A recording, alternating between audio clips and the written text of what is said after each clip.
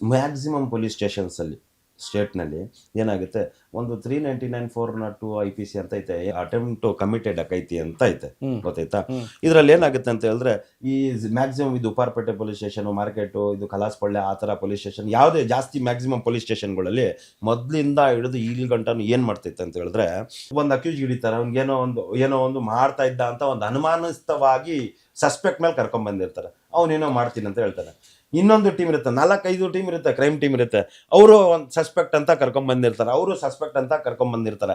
ಯಾರಿಗೋ ಇನ್ಫಾರ್ಮೇಶನ್ ಕೊಟ್ಟಿರ್ತಾನೆ sir, credible information, ಬಾತ್ಮಿದಾರರು ಮಾಹಿತಿಯನ್ನು ಕೊಟ್ಟರು, ಆ ಪ್ರಕಾರ ಅವನಿಗೆ ಕರ್ಕೊಂಡ್ಬಂದ್ರು ಅಂತ ಒಂದು ಇದಿರುತ್ತಲ್ಲ, ಕರ್ಕೊಂಬರ್ತಾನೆ, ಏನಿರಲ್ಲ.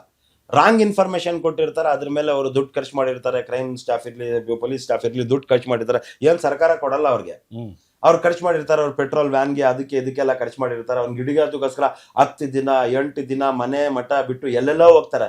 ಇಲ್ಲಿಂದ ಒಂದು ಯಾರೋ ಇನ್ಫಾರ್ಮೇಶನ್ ಕೊಡಿದ್ರೆ, ಸರ್ ಇಲ್ಲಿಂದ ಎಲ್ಲೋ ಗದಗಲ್ಲಿ ಹೋಗ್ಬಿಟ್ಟು ಎಲ್ಲೋ ಬಚ್ಚಿಕೊಂಡಿದ್ದಾನೋ, ಈ ಥರ ಕಳ್ತನ ಮಾಡಿದಾನೋ, ಅವನ ಹತ್ರ ಏನೋ ಆಯ್ತಾ ಅಂತ ಹೇಳ್ತಾರೆ. ಅಂತ ಇದರಲ್ಲಿ ಅವ್ರು ಬಿಡಕ್ಕೂ ಆಗಲ್ಲ, ಹಿಡಿಯೋಕ್ಕಾಗಲ್ಲ. ಇದು ಇಲ್ಲಿಂದ ಖರ್ಚು ಮಾಡ್ಕೊಂಡು ಹೋಗ್ತಾರೆ.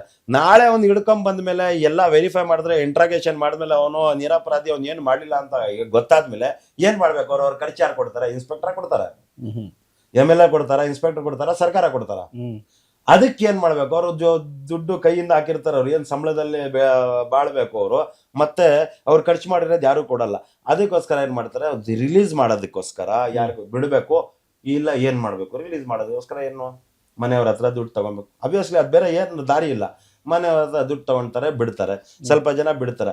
ಅದ್ರಲ್ಲೂ ಕೂಡ ಯಾರು ದುಡ್ಡು ತಗೊಂಡ, ಇದು ಮಾಡ್ದ ಅದು ಮಾಡ್ದ ಅಂತ ಹೇಳ್ಬಿಟ್ಟು ಸ್ವಲ್ಪ ಹ್ಯೂಮನ್ ರೈಟ್ಸ್ ಅಲ್ಲಿ ಕಂಪ್ಲೇಂಟ್ ಮಾಡ್ತಾರೆ, ಸ್ವಲ್ಪ ಲೋಕಾಯುಕ್ತಲ್ಲಿ ಕಂಪ್ಲೇಂಟ್ ಮಾಡ್ತಾರೆ. ಬ್ಯಾಕ್ ಗ್ರೌಂಡ್ ನೋಡ್ಬೇಕು, ಇಲ್ಲ ಫ್ಯಾಕ್ಟೇ ಬೇರೆ ಇರುತ್ತೆ, ನೋಡೋ ಫೇಸೇ ಬೇರೆ ಇರುತ್ತೆ, ಬಿಹೈಂಡ್ ಬ್ಯಾಕ್ ಗ್ರೌಂಡೇ ಏನೋ ಇರುತ್ತೆ. ಇದೆಲ್ಲ ಆಗುತ್ತೆ. ಮೋಸ್ಟ್ಲಿ ಇವಾಗ ಏನಾಗುತ್ತೆ, ಅಲ್ಲಿ ಒಂದು 4 ಜನ ಜೊತೆ ಸೇರ್ಕೊಂಡು ಇಟ್ಕೊಂಡಿದ್ರೆ ಅದನ್ನ ಕರ್ಕೊಂಬಂದು ಅದರಲ್ಲಿ ಒಂದು ಸ್ವಲ್ಪ ದುಡ್ಡು ಮಾಡ್ಕೊಳ್ತಾರೆ. ಅದು ಬಿಟ್ಟರೆ ರಿಸೀವರ್ ಆಫ್ ಸ್ಟೋಲನ್ ಪ್ರಾಪರ್ಟೀಸ್ ಇರುತ್ತೆ.